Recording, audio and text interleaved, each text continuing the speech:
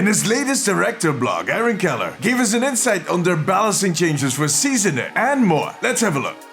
Hey guys, I'm Deemzies from the Omnic Post. The marketing team for Overwatch has been hard at work in the last few days. Not too unusual since Season 8 is mere days away. Today, Aaron Keller, the game director for Overwatch, joined in on the hype building with the release of the latest director take, his own director blog, in which he looked forward at the balancing changes that we can expect for Season 8. And that also touches on some Q-related topics, including one very surprising tidbit. The fancy people say, tidbit. But let's run over those balancing changes first. A general change is that they want to reduce the amount of ult charge retained after switching heroes from 25 to 15%, because some people felt that counter-swapping after dying was always an advantage. But I don't think people on gold or plat thought about something like that very often.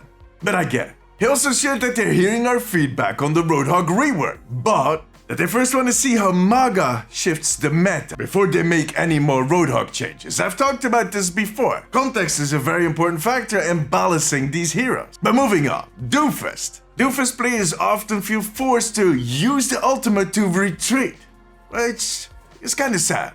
You're low on health and they end up kind of dropping on top of a health pack instead of, I don't know, an innocent and lonely Ana. We all know Blizzard hates Ana. So starting with Season 8, Doomfist will restore health while up in the air, waiting to use his Meteor Strike. 75 health per second.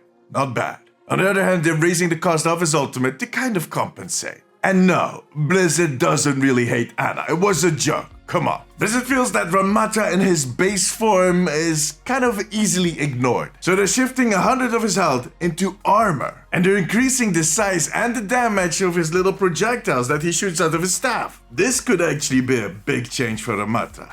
They want to make Winston a better match against other tanks by allowing his Tesla cannon to ignore armor's damage reduction. Sombra, that other rework. Aaron reported that her win rate went up, that she's in a good spot. But contrary to what some people think, it's not too dramatic. It's around 45 to 48%. The opinions of the Sombra players themselves is still a little divided, but they all agree on one thing. Her ult, it's a lot of noise and very little action. And Blizzard agrees. So they're doubling the lockout time on her EMP from 1.5 to 3 seconds, but they're also reducing the damage it does from 30 to 20%. Still, I think some people are going to be worried about this one, but I'm on board. Let's see. Soldier 76, he is doing very good. A little too good. He can keep himself alive a little too easy. So yeah, they're increasing the cooldown on his heal from 15 to 18 seconds. Tracer's pistol damage is going back to 6 per shot after they fixed that bug on her spread and her fall off. And finally, the damage on Brigitte's whiplash is getting nerfed. And Baptiste's primary fire ammo is being reduced. Yeah, I can understand, but I was having so much fun with Brigitte. But that's about it. Overall, interesting changes. I think some of the tanks got a little nudge up while the supports were tuned down a little bit, especially the damage. I'm sure there's a ton of extra changes that you guys would have loved to see in the balancing for Season 8.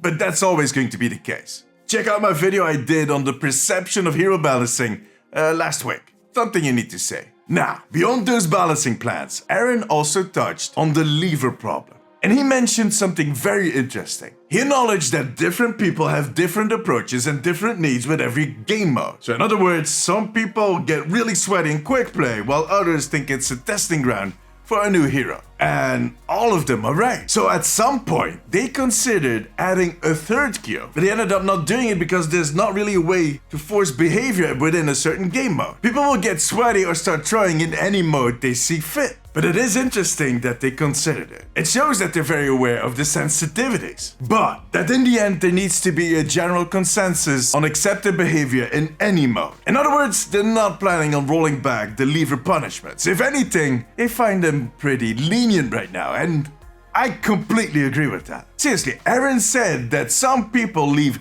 90% of their games. Are you kidding me? 90%?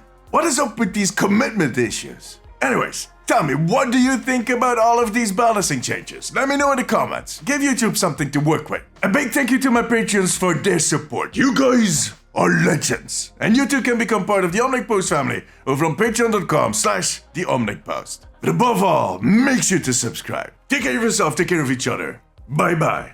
90%!